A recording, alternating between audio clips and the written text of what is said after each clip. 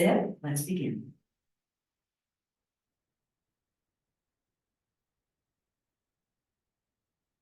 Our first award winner is the Newbie Country Store.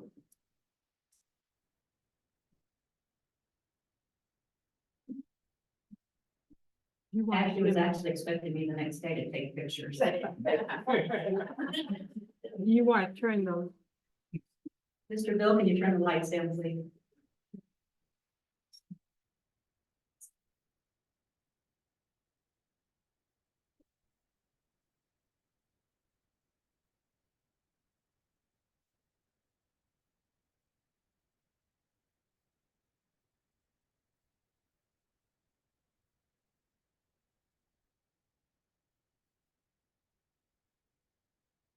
Yeah, lights are going down at the front.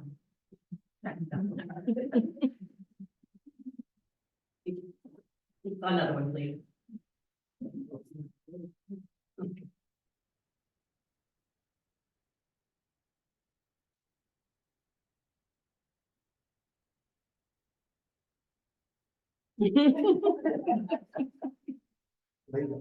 Did everybody see this? Okay. Actually, it's better back there.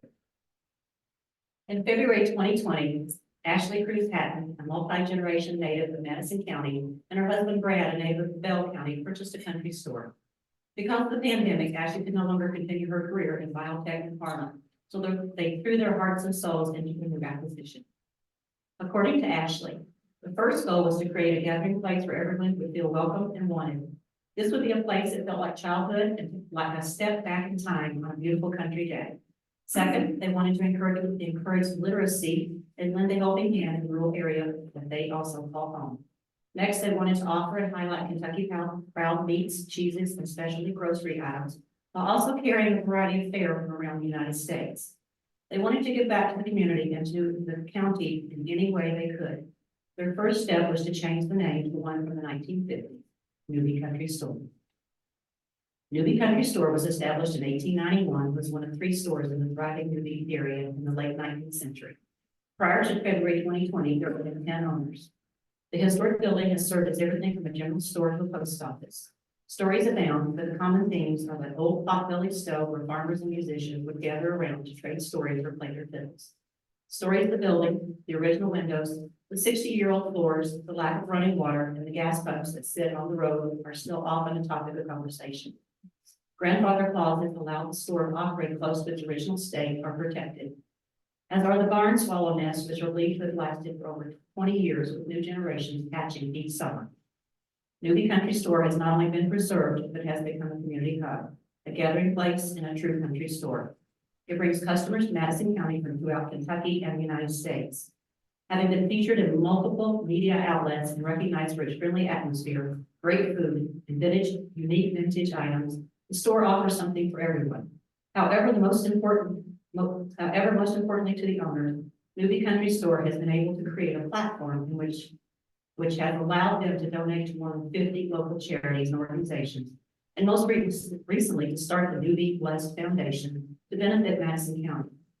For preserving the architecture, memorabilia, and feeling of community of the Newbie Country Store, the Madison County Historical Society is honored to present this preservation recognition to Ashley and Brad Hatton.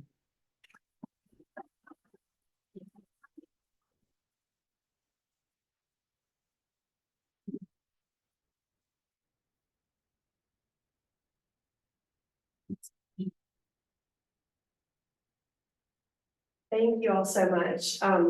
It is an honor to receive this. It's an honor to be in the class of everyone that's making what we grew up with better and preserving it and just continuing it. And we really appreciate all of your support all the time. And if I can just say one thing, we were lucky enough to stumble upon being able to buy the store. But the store really is a product of everyone in Madison County, all of your support, and all of our incredible team that came with us tonight. So thank you all.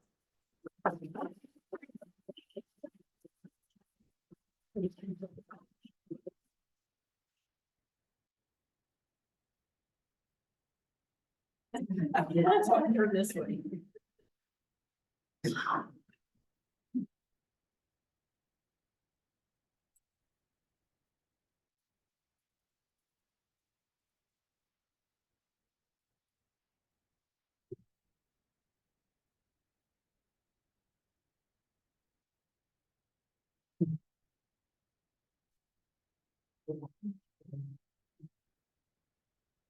Both Melissa and Brian have strong Central Kentucky roots. Brian was raised in the Murfreesboro area and graduated from Madison Central High School. Melissa was raised in Fayette County and graduated from New Covenant Academy in Lexington. They currently reside in Jessamine County. Both are lifelong collectors of antiques. Brian's particular interests include old items that have to do with Central Kentucky, particularly Madison County memorabilia and portraiture. Melissa is a strong supporter of Brian's projects and an important part in most of all of them. She is currently working with the State Historical Marker Program and several other projects to preserve and memorialize her father's iconic Lexington restaurant, the Parkette Drive-In. Historically, their first day involved breaking into an abandoned house just to explore it. They moved to Jessamine County in 1994, where they purchased and restored a 1920s farmhouse. They then purchased and restored a 1920s Nicholasville row house. Their current home in Jessamine County is an early post and beam barn, which they also restored. Brian has always said that he wanted to own a certain home in Madison County. In 2016, they purchased that property, which was Patty A. of Brutus Clay Linwood Estate. In an 8-year and counting process, they are lovingly restoring the main house, servant house, log cabin, and carriage house, and filling each with their large antique collection. As with all of the restorations, everything is period correct. In 2022, they purchased the Little Bethel Primitive Baptist Church on North 2nd Street and are in the process of making necessary repairs and beginning restoration. Brian met with some of the surviving members of the church and borrowed the church minutes, which he has had transcribed. Brian is a trustee for the EKU Foundation at Elmwood and most recently helped to stabilize the Elmwood Carriage House. He is involved in efforts to stop condemnation and demolition of EKU-owned buildings having historical and architectural significance. He also annually adopts and preserves early Richmond Cemetery headstones. He is the founder of the Madison County Preservation Society and co-founder and vice president of the Madison County Trust for Historic Preservation. The Tipton's dedication to preservation of Central Kentucky architecture and memorabilia is most noteworthy and greatly deserving of recognition. The Madison County Historical Society is honored to present this preservation recognition to Melissa and Brian Tipton.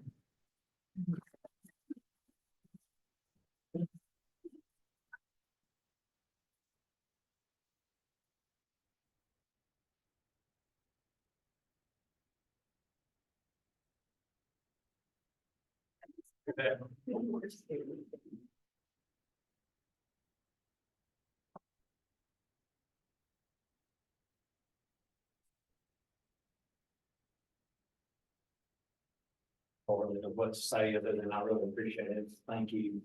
I always say that, I don't care about this type of stuff, but it does, it does really make you feel good. People notice that you, when you work hard to do this stuff. And so I really do, and I speak for Melissa too, we really appreciate it.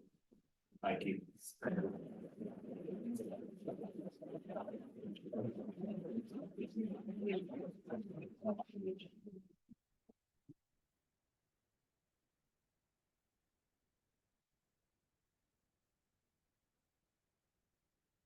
Some of you don't recognize where I got the pictures. The West family, the postcard was donated to me by Justin Woodsley, so I thought I had to use it to take a picture of the front of the building that it is today. Mary Ann and Bill West are multi-generational natives of Madison County. Her background is in the medical and banking field, while Bill was involved in construction, agriculture, and advertising. They grew up in rural Madison County, but now live in the Berea area. Over time, while the building sat empty and deteriorating, they made multiple offers and were finally successful in 2013. It was more by emotion than by thoughtful consideration, but by the time they purchased the property, the family had become enamored with the background of the building. Mary Ann is convinced that the building picked its caretakers, who are all women: Eleanor Churchill, Lala Bellondo, and now Mary Ann. The building is actually 7 buildings, built from 1923 to 1953. 6 of the buildings are attached to each other. 3 other buildings are the adjacent country club, built from 1954 to 1964. The Churchill's facility has approximately 56,000 square feet, while the country club facility is about 9,000 square feet. Their initial goal was to protect what was in existence, and after consulting with architects, the building was found to be structurally sound. The couple researched the history of the facility, and after replacing parts of the roof, gutters, and some windows, renovation began at the front door, moving toward the rear. Staying true to the time period of the building, they sometimes skipped small parts of the process because they did not have the correct materials. When necessary, they made every effort to use substitute materials which blended with the time period, such as replaned barn boards and period bricks. Old steam heating pipes became balcony rails and stair banisters. They are constantly in search of just the right thing. Most furnishings in Churchill are original to the building or are West Stanley heirlooms or are regional or at least period correct. The building is now home to Churchill Event Center, Honeysuckle's Bourbon Dining House, the cafe at Churchill's, the Bria Golf and Country Club, Don's Cottage, which is a destination rental, and Millstone LLC, a strategic advisory company. The Wests are parents of 5 children, Dee, Matt, Sherry, Cody, and Ben. Cody and Ben are deceased, but Dee operates Honeysuckles and Sherry operates the golf club. The Madison County Historical Society is honored to present this preservation award to the West family for their devotion to an iconic Madison County facility.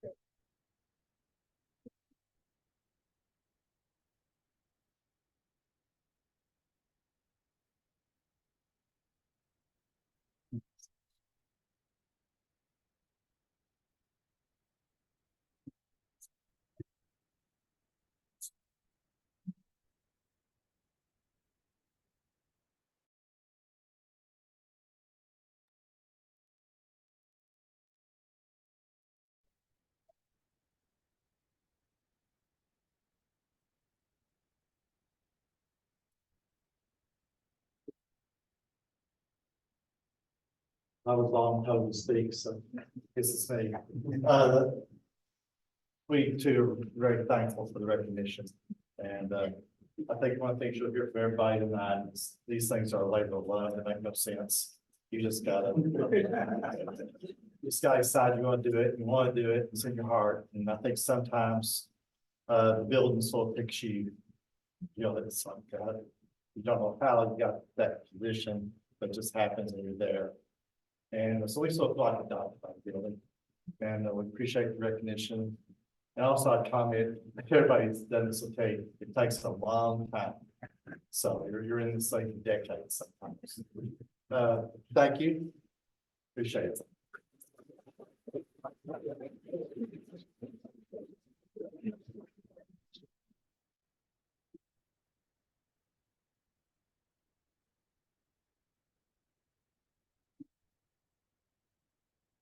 Beth Jameson, native of Jessamine County and a retired Marine gunnery sergeant, was hired by the Richland Cemetery Board of Directors in June of 2013 to be the secretary and cemetery manager.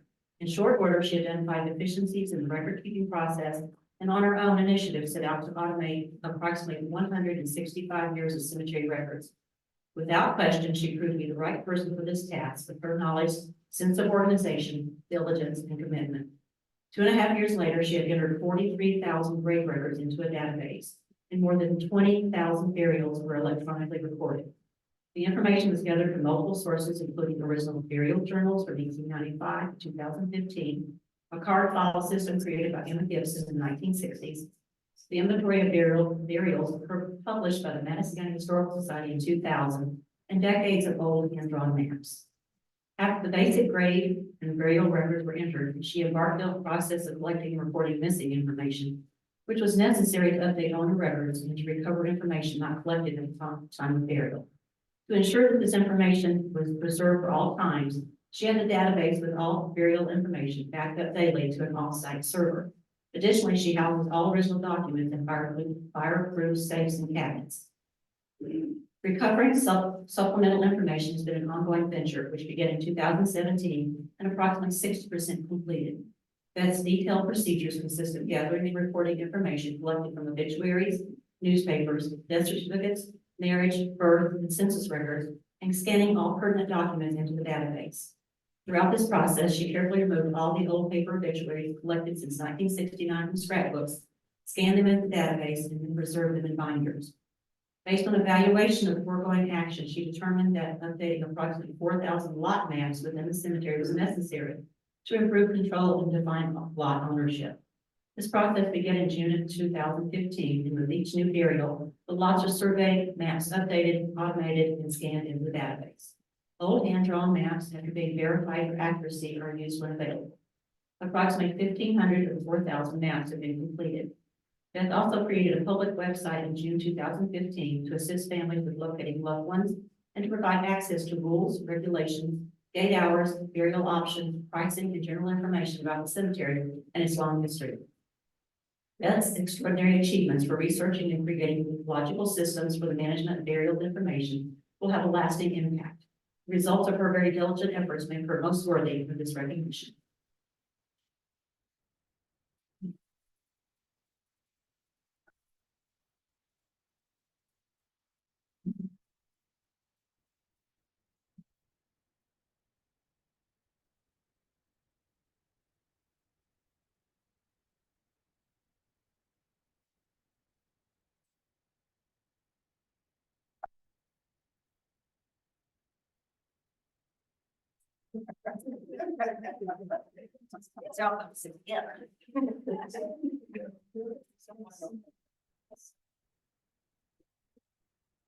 Thank you so much to the Historical Society for this award. I really appreciate it. It's always nice to be recognized for hard work. I really would like to thank my husband for supporting me in all of my endeavors for the last 34 years, which have been a lot. I want to thank Ms. Steve Parks, who is sitting over there, for hiring me in the first place, because I have really loved this job. And I really enjoyed it a lot. And I really want to thank Rogelia JJ, some of you know her as JJ, Leonard, who's also sitting back there, who has volunteered to help me with some of these projects, and she has spent countless hours researching, and I really appreciate all your work, JJ. I want to thank Billy Blanton, who is the cemetery grounds manager, for teaching me how to survey a lot and probe a grave and figure out, you know, who's where and what's what, because sometimes it's difficult. I want to thank the Historical Society for always supporting the cemetery and everything that we do. They've always helped us with, you know, beautification, fundraising. You know, we've been good partners all these years that I've been there, and I appreciate that as well. Thank you.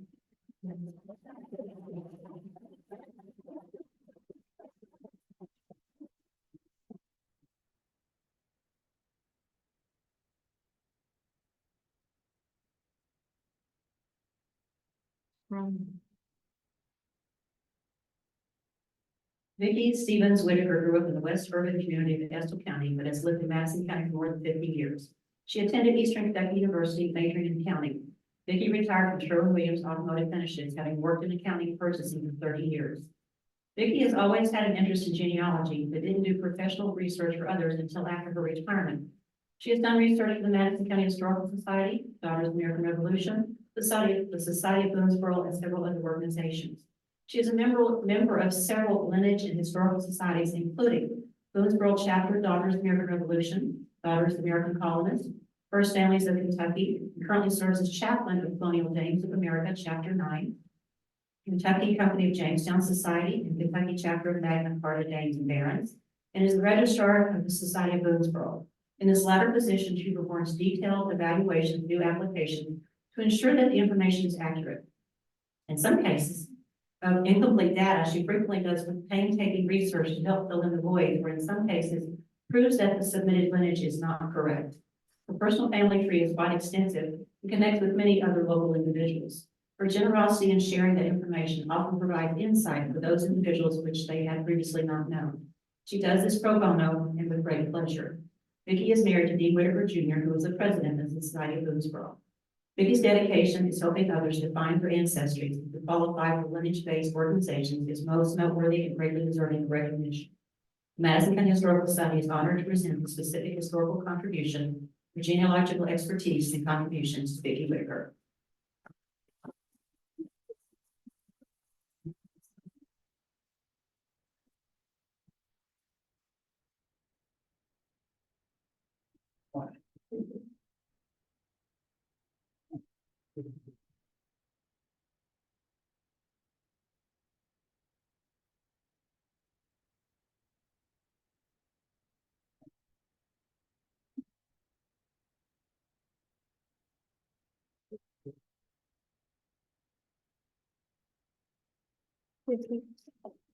This is from Boonesboro VAR in your honor. We are so proud of you.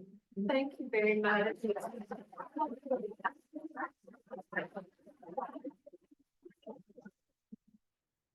Well, thank you so very much for the award. It hardly seems fair to get an award for doing something you love so much. I just really enjoy knowing how all of the families here in Madison County connect, and I've discovered a lot of that as my role as registrar in the Society of Boonesboro, and with the work I've done for the Boonesboro chapter of VAR. So I really appreciate the award. Thank you for the flowers, and thank you very much.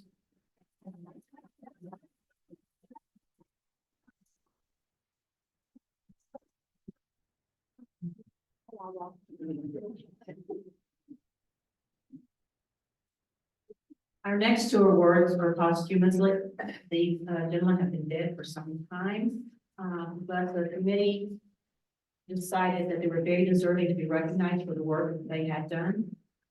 The first one is William Harris Miller. The book that he wrote is sitting up here on the table. They are very scarce, and we did borrow this one from Dean so they can see the actual book. William Harris Miller was born on Muddy Creek in Madison County on October 22nd, 1852. He was reared on a farm of his parents, Colonel Christopher Irvin Miller and Talitha Harris Miller. Although not a direct descendant, he was of that same pioneer family, John Miller, on whose land the city of Richmond was founded. In 1884, he married Catherine Oldham, daughter of William Cavanaugh Oldham. At the age of 19, Mr. Miller was appointed deputy county clerk under George D. Shackelford, and then served a year as deputy sheriff under Charles P. Oldham. At age 21, he was defeated in an election for county clerk by a cousin, James Tevis. A few years later, Miller was appointed as deputy circuit court clerk under W. M. Embry. Upon Embry's death in office, Miller was appointed clerk and was twice thereafter reelected to 6-year terms. During his years of service in the circuit clerk's office, Mr. Miller became well acquainted with the records and names of persons who had appeared in the cases. This knowledge, combined with that he had learned in the county clerk's office, as well as descending from several pioneer families, made him a walking history book, who was constantly consulted about families and events in early Kentucky history. Realizing the value of such information, Miller started making notes and inserting them in ledger books. He was also appointed a U.S. General Storekeeper and Gager, which was later a deputy collector, under the revenue collector Charles R. Rose. He continued to serve until January 1899, when he resigned. After several years of failing health, Miller died in 1928 at the age of 75. Mr. Miller is best known for his extensive work published in 1907 entitled History and Genealogies of the Miller, Woods, Harris, Waller, Maupin, Oldham, Cavanaugh, and Brown families, more familiarly known as Miller's Genealogies. This volume of almost 900 pages contains thousands of names and biographical information from those families mentioned in the title, plus many others. The book also contains about 75 old photographs, lists of soldiers and battles and wars from the earliest days of the Mexican War, and information about men in the Civil War who were related to these families. Miller's scrapbook of notes, which at 5 in all, contain thousands of other names and items of biographical and historical information, which did not appear in his published work. These books remain in the Eastern Kentucky University Special Archives and Collection for use by researchers. The extensive and dedicated research and documentation about families by Mr. Miller to create a unique genealogical record is most impressive and worthy of this recognition.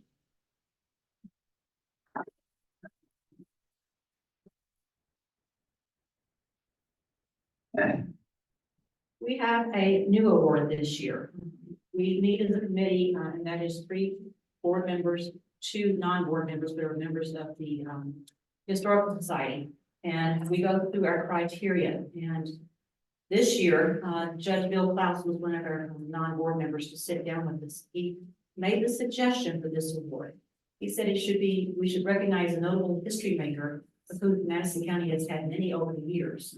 And so we decided that was a good idea, and we chose Samuel Freeman Miller. Do any of you know what he did? Claim to fame? 1 person. 2, 3, okay, so.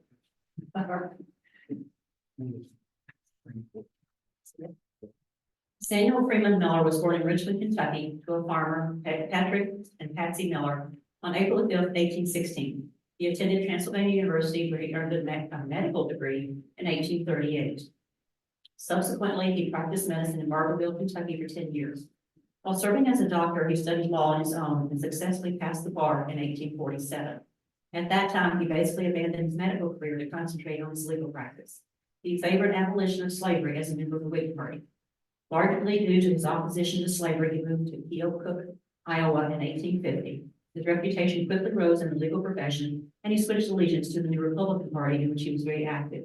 His support of Abraham Lincoln in the 1860 election was rewarded in 1862, and President Lincoln appointed him as an Associate Justice of the Supreme Court. His reputation was so great and positive that he was confirmed by the Senate on the same day as he was nominated and was sworn in 5 days afterwards. In his early days on the court, he staunchly supported Lincoln's actions, including the suspension of habeas corpus and military trials for civilians. After the Civil War, Justice Miller upheld the constitutionality of loyalty oaths, a narrow interpretation of the 14th Amendment, and the broad authority of the federal government to override state laws. During his 28 years on the court, he heard over 5,000 cases and is credited with writing 783 opinions, more than twice as many as any colleague during that period. Many of those cases, such as the slaughterhouse cases, U.S. versus Cruikshank, and numerous civil rights cases, were groundbreaking and guided decisions for the court for many decades. When Chief Justice Chase died, Miller had strong support in the legal community to replace him. President Ulysses S. Grant chose to bring an outsider into that position. Outside the court, he served on the Electoral Commission that awarded disputed electoral votes to Rutherford B. Hayes in the presidential race between Hayes and Tilden. Miller was very religious and served as president of Unitarian National Conference in 1884. Miller first married Lucy Ballinger, who was the mother of 3 daughters, but died in 1854. He remarried in 1856 to Eliza Reeves, who bore him an additional daughter and a son. She survived him by 10 years.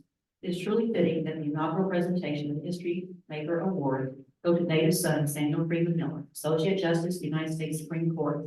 His contributions there were monumental and helped set the tone of the country during and after the Civil War.